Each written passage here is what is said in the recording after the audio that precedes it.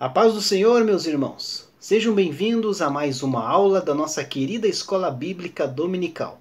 E hoje dando prosseguimento aí aos estudos do primeiro trimestre de 2021 aqui na classe dos jovens. Nesse trimestre estamos estudando o tema Ensina-nos a orar. Exemplos de pessoas e orações que marcaram as Escrituras. E hoje vamos estudar a lição aí de número 10, que tem como título Jesus e a oração do Pai Nosso. O texto do dia da lição, queridos, se encontra lá no Evangelho de São Mateus, capítulo 6, versículo 6, que está assim: Mas tu, quando orares, entra no teu aposento, e fechando a tua porta, ora ao teu Pai, que vê o que está oculto. E teu Pai, que vê o que está oculto, te recompensará. Queridos, isolados, estando aí a sós com Deus, fica mais fácil aí para cultivar uma intimidade da oração. Jesus não recomendou aí que nós tenhamos uma sala separada só para orar. O que ele explicou, queridos, é sobre aí a importância de reservar a maior intimidade do nosso eu, quando o nosso objetivo então é entrar em comunhão com Deus. Portanto, mesmo aí estando apertados no meio de uma multidão, a oração abençoada, queridos, é aquela que ocorre no mais íntimo de nós mesmos. Cada um de nós tem lá o seu quarto fechado, habitado pelo Pai Celestial. Na intimidade de nós mesmos, queridos, sem aí a interferência das coisas secundárias, com certeza fica mais viável escancarar para Deus o nosso coração, a nossa alma. É neste quarto fechado, é neste aposento para o mundo que o Pai nos recompensa. As bênçãos de Deus vêm.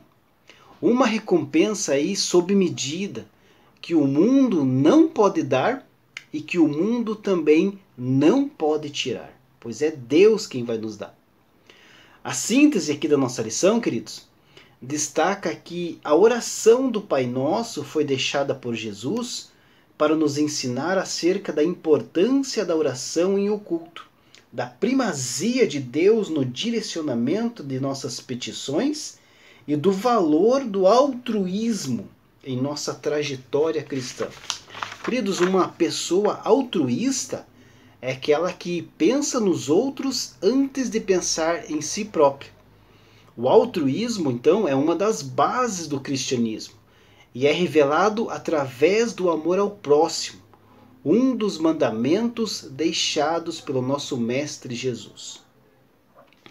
O texto bíblico da lição, queridos, se encontra lá em Mateus, capítulo 6, do versículo 5 ao 13. Se você aí não possui a lição em mãos, queridos, e quer acompanhar esse estudo, faça a leitura deste texto bíblico, Mateus, capítulo 6, do versículo 5 ao 13, que é aí a base para a nossa lição que vamos estudar hoje. Os objetivos da lição, queridos, é mostrar que Jesus é o nosso maior referencial de vida e de oração, contemplar os principais ensinos da oração do Pai Nosso, e destacar que a glória e o poder pertencem somente a Deus. A introdução da lição diz assim: a oração do Pai Nosso nos mostra o valor do altruísmo e a relevância do princípio da reciprocidade, bem como a necessidade magna de glorificarmos a Deus com toda a nossa vida. Essa oração é um convite a vivermos com intensidade o verdadeiro cristianismo, seguindo a Jesus de forma integral e convicta.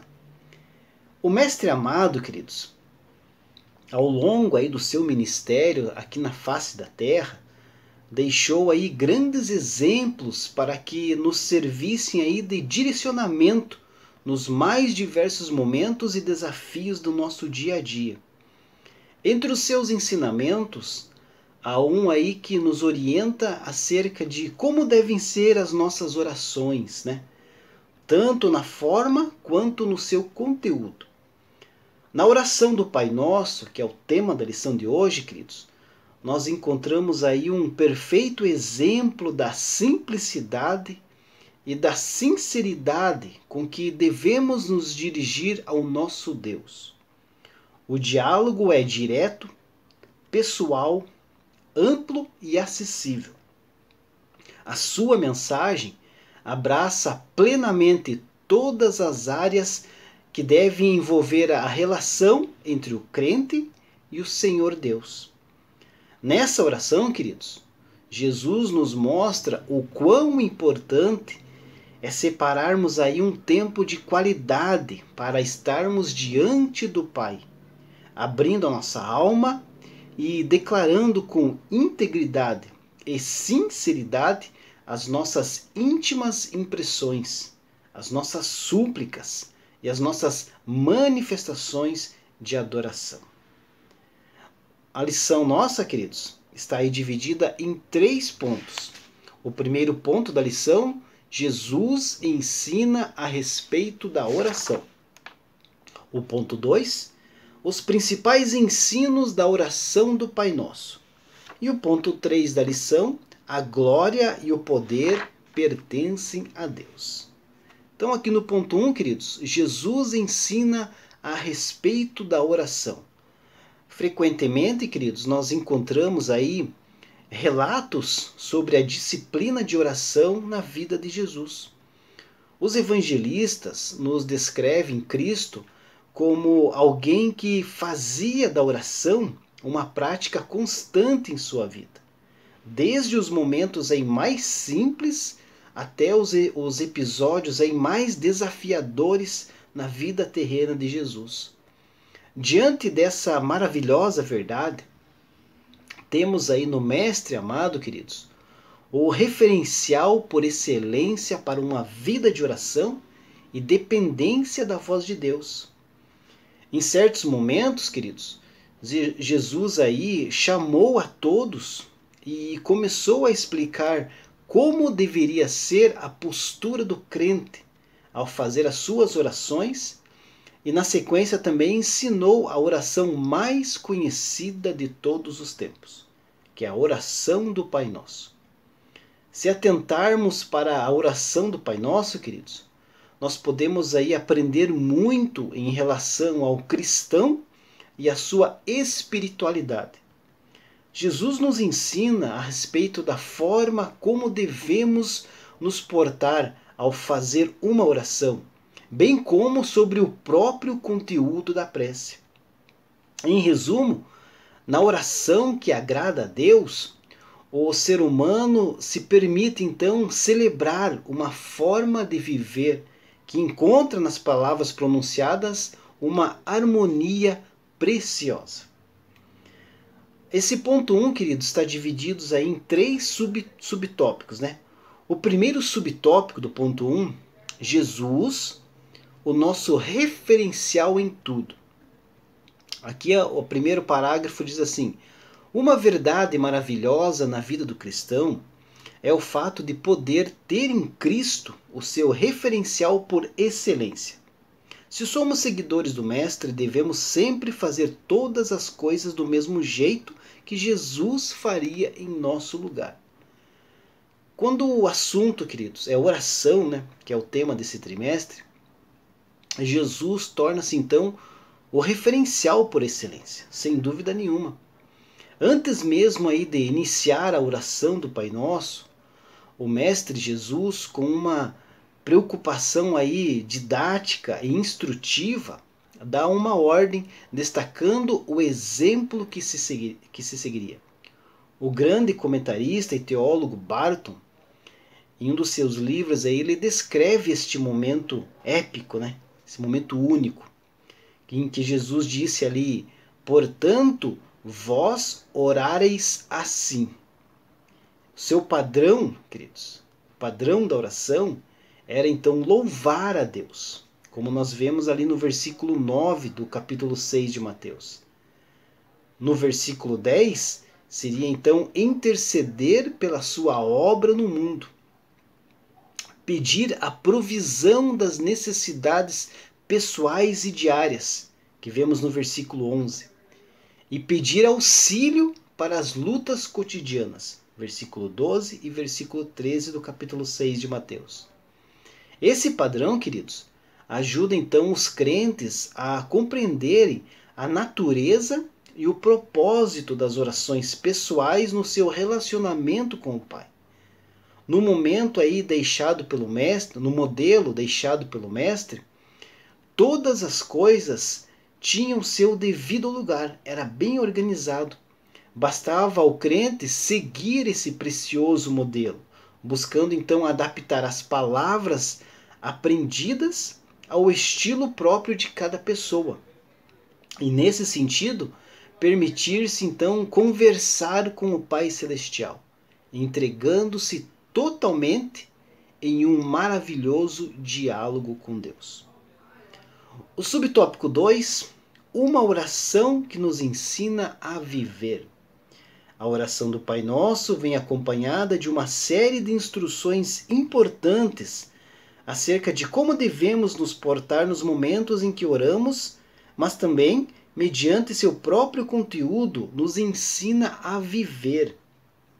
Essa oração, em cada conjunto de palavras, nos revela verdades bíblicas maravilhosas e que nos orientam quanto a como devemos proceder no dia a dia e também como nos relacionarmos com o Deus. Então, queridos, a oração feita com fidelidade consiste na busca do ser humano em comunicar-se com Deus e receber em seu coração o toque da graça divina. A prática da oração, queridos, cumpre importantes papéis e permite que o homem, de forma direta, possa então dirigir-se a Deus e ser alvo de uma série de bênçãos especiais. Na oração, queridos, percebemos aí com maior clareza as nossas necessidades espirituais. Na oração, nós aprendemos então a depender de Deus. Na oração, o espírito é desenvolvido ao buscar insistentemente pelo Senhor Deus. Na oração também, queridos, a nossa fé é acrescentada na medida em que sentimos o mover do Espírito em nossa vida. E também na oração, tornamo-nos mais sensíveis à voz de Deus e aprendemos sobre a importância de obedecer à vontade divina em todos os momentos da nossa vida. Então, é muito importante, queridos, nós orarmos a Deus, nos dedicarmos aí à oração, porque é o nosso diálogo com Deus. Enquanto nós oramos a Deus, Deus se move, Deus nos ouve. E se for da vontade dele, se estiver no propósito dele, queridos, com certeza Deus responde e Deus age em nosso favor. O subtópico 3 aqui do primeiro ponto, queridos, a oração secreta. O último parágrafo diz assim: há momentos onde oramos em lugares com muitas pessoas, como em nossas igrejas e também em reuniões, aniversários e tantos outros. Mas também precisamos separar os momentos da oração solitária e secreta, aquela onde há apenas espaço para o cristão e Deus que nos ama e nos ouve. De manhã cedinho, a fim de dedicarmos o nosso dia a Deus, ao final do dia, em ação de graças, e sempre que nossos corações forem impulsionados a orarem, atendendo ao chamado do Espírito Santo de Deus. Outra questão importante, queridos, ainda merece ser destacada, né? Antes de nós fecharmos esse primeiro ponto, ao falarmos aí a respeito do caráter secreto da oração, queridos, que é a necessidade que alguns tinham de manifestar publicamente a sua religiosidade. Já nos tempos antigos, queridos, quando a gente estuda aí sobre a história, a própria palavra de Deus, era comum algumas pessoas aí buscarem a manifestação pública da sua religiosidade. Eles tinham essa necessidade de mostrar a sua religiosidade a todo mundo, com a finalidade de serem admiradas e exaltadas. Deixemos claros, queridos, que a oração em público tem o seu devido espaço e é também necessária. Todavia, queridos, não da forma como alguns aí viam antigamente, como os fariseus, por exemplo. A prática da oração, visando aí a admiração das pessoas, é uma evidência de que a real intenção não é agradar ao Senhor, e sim a opinião pública. Sobre essa questão, queridos, o teólogo Champlin, em um de seus livros, destaca que Jesus não condena a oração pública, mas a atitude, sim, de espetáculo teatral, né, envolvida aí nessas orações em público. Tal atitude apenas arruína o espírito de adoração que é necessário para que haja aí contato genuíno com Deus. Se a oração não estabelece contato com Deus, queridos, então torna-se inútil e é um desperdício de tempo. O número demasiadamente grande de homens de oração, queridos, nos dias de Jesus, não passava então de grandes atores que só queriam, na verdade, aí mostrar que eram pessoas religiosas, que eram pessoas santas, eram profissionalmente piedosos. Tal prática, queridos, infelizmente, pode ser encontrada com frequência em nossos dias, não é verdade? Impulsionadas aí pelas redes sociais, Facebook, Instagram, YouTube, há uma grande geração que se levanta, aparentemente com a finalidade de orar, adorar e buscar a Deus, e anunciar as boas novas. Mas, no entanto, queridos, verdadeiramente desejam as visualizações, os likes, o lucro e a fama. Então podemos dizer, queridos, que essas pessoas que fazem essas práticas são os fariseus do século XXI. O ponto 2 da lição: os principais ensinos da oração do Pai Nosso. Nesse ponto, queridos, está divididos em 3 subtópicos. O subtópico 1, uma oração altruísta. O subtópico 2, o princípio da reciprocidade. E o subtópico 3, é Deus que nos livra do mal. Então, queridos, na oração do Pai Nosso, nós encontramos aí preciosos ensinamentos. Entre eles, então, nós podemos aí destacar alguns relacionados à vida cotidiana dos crentes, que é os subtópicos que está dividida a lição, né? Podemos destacar, então, a ênfase em uma vida altruísta, a compreensão da relevância da reciprocidade, né?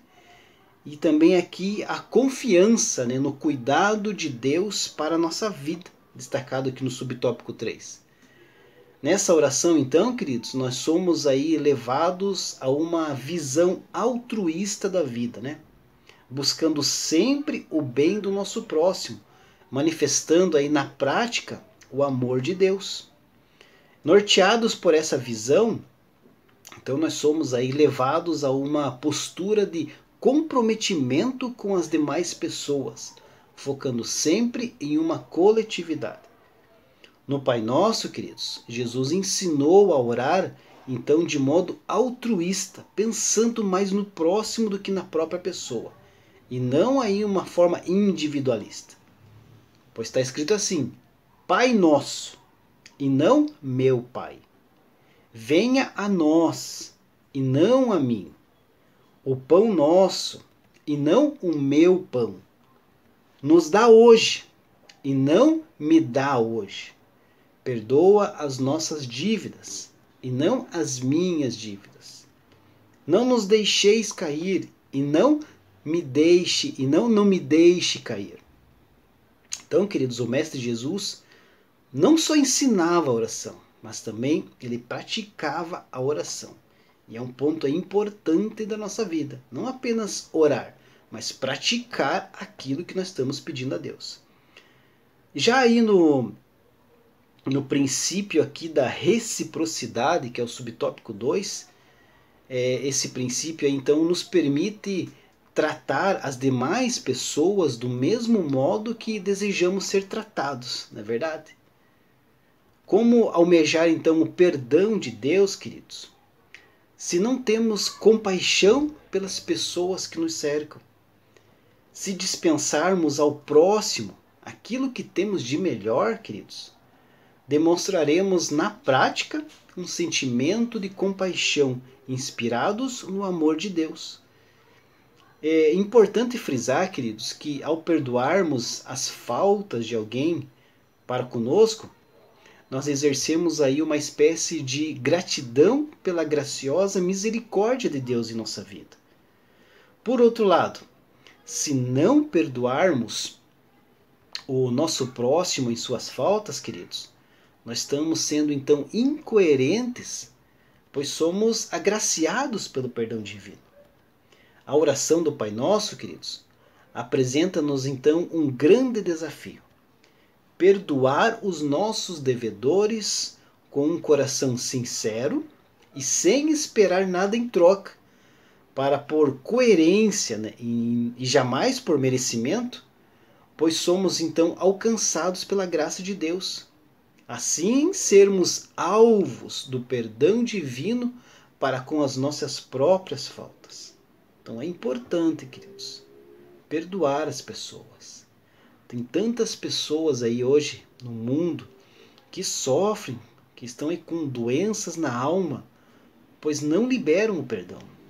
E é tão simples, amados, perdoar, deixar. Isso faz um bem tão grande para as pessoas. Se as pessoas aí que não perdoam, ficam com uma amargura na alma, soubessem que o remédio é tão simples para tanto sofrimento, para tanta doença na alma, basta perdoar as pessoas, queridos. E finalmente, fechando aqui esse ponto 2 da lição aqui, Deus que nos livra do mal, né? Então, finalmente nós aprendemos, queridos, que servimos aí a um Deus que cuida de cada um de nós e que também nos permite o livramento das mais diversas investidas do inimigo da nossa alma. Basta, queridos, basta então confiarmos e descansarmos sob a bênção de Deus. Um excelente exemplo sobre essa questão aí, queridos, pode ser então encontrado na vida dos apóstolos de Jesus, né? Os quais aí durante anos, né, os anos aí que eles seguiram o mestre, eles passaram por muitas dificuldades, muitas restrições e principalmente perseguições. Notemos bem, queridos, que essas condições adversas contribuíram para que eles fossem preparados para o período que viria após a ascensão de Jesus aos céus. A trajetória daqueles homens foi vitoriosa e eles conseguiram então, fortalecidos pelo Espírito Santo, né, levar o Evangelho aos mais distantes lugares do mundo conhecidos daquela época. Nas mais diversas oportunidades, eles foram guiados pelo Espírito do Senhor. Eles foram guiados por Deus. E assim foram livres de qualquer perigo e de qualquer mal. O fruto do trabalho daqueles homens, queridos, pode ser visto, então, em cada um de nós que confessa a Cristo como seu Senhor e Salvador de sua vida. Mas lembremos, o nosso Mestre amado, queridos, nos revela que a vitória sobre todas as dificuldades só é possível orando e vigiando, como vemos lá em Mateus 26 e 41. Então, queridos, façamos então dessas práticas uma rotina diária de devoção e deixemos então ser conduzidos pelo Espírito Santo.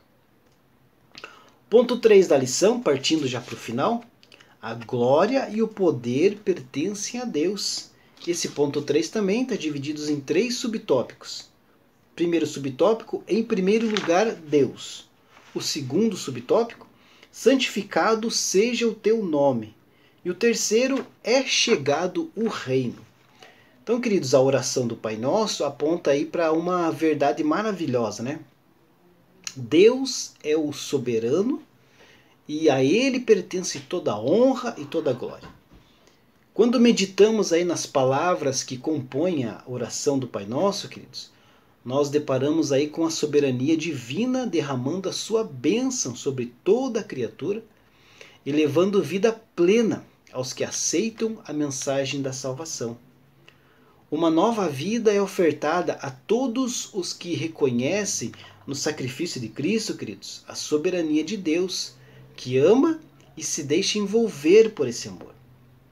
Deus é santo e ao reconhecermos esse fato, queridos, a nossa vida é impulsionada a adorar a Deus, buscando aí um modo de vida santificado, não por nossas forças, mas pelo Espírito Santo de Deus que opera dentro de nós.